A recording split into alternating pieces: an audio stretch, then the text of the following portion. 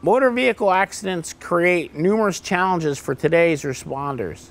It is our job to keep ourselves safe, our fellow responders safe, while addressing the needs of the patient or patients trapped in the vehicle. As you watch this video, keep in mind that these are controlled situations.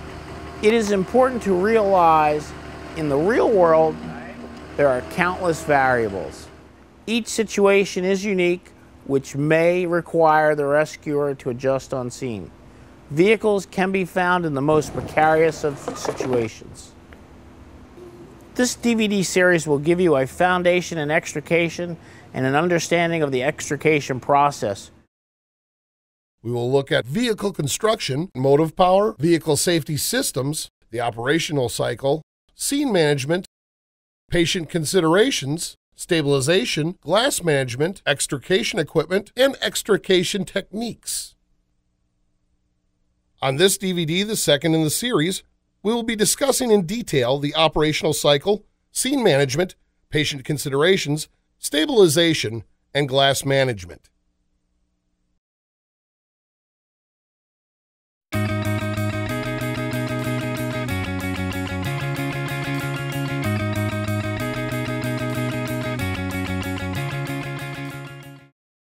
Let's take a look at our overall operational cycle at the MVC. The basic operation cycle includes the following steps: size up and scene management, hazard identification and control, vehicle stabilization and glass management, patient management, extrication evolutions, and return to service. Let's take a closer look at each step in the operational cycle. Size up and scene management. Size up and scene management is the first thing we do. It is also a continuous process during the entire event. We must have a continuous evaluation of the incident to monitor any changes or issues that come up. Every incident is different, and thus different steps may be required to address the motor vehicle collision or MVC. It is important that an officer takes charge and manages the incident to provide accountability and to develop a sustained plan of action. Just like a house fire, freelancing during an MVC is inappropriate and dangerous. Hazard identification and control. At just about every incident, hazards are present. It is important to identify and control those hazards as soon as possible. This is also an ongoing process. As we perform extraction evolutions on the vehicle to disentangle the occupants, we create additional hazards that need to be controlled.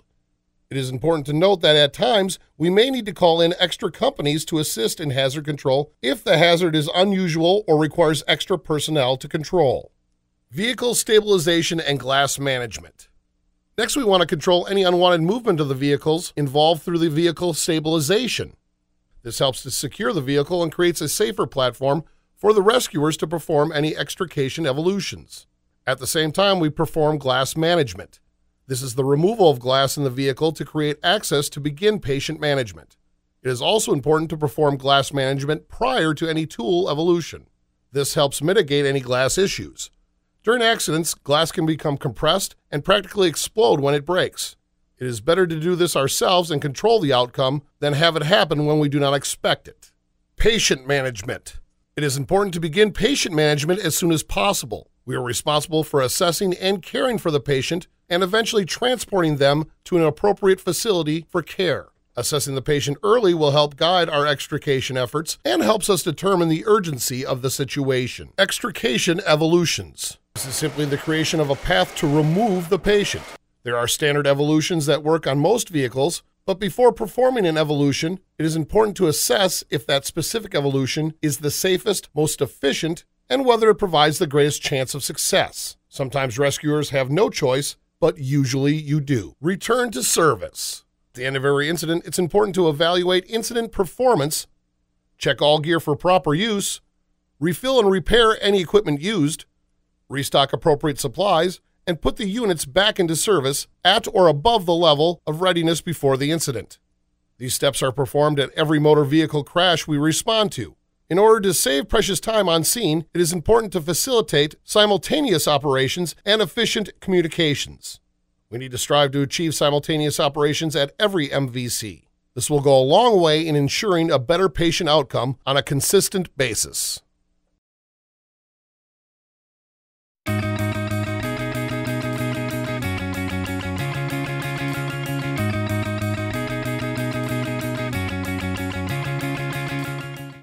As most operations fire departments perform, responding to an MVC is a time-sensitive task. We need to remember that while dealing with occupants who have been involved in an impact, there's a great potential for trauma. There are procedures that can only be performed by doctors in a controlled facility. Therefore, it is imperative that occupants involved in an MVC get medical care from a trauma team as soon as possible. As rescuers, we play a vital role in the outcome. A term used in the emergency services for many years is the golden hour. This term describes the time that elapses between the moment of the patient's injury and the patient's arrival at the hospital and preparation for emergency surgery.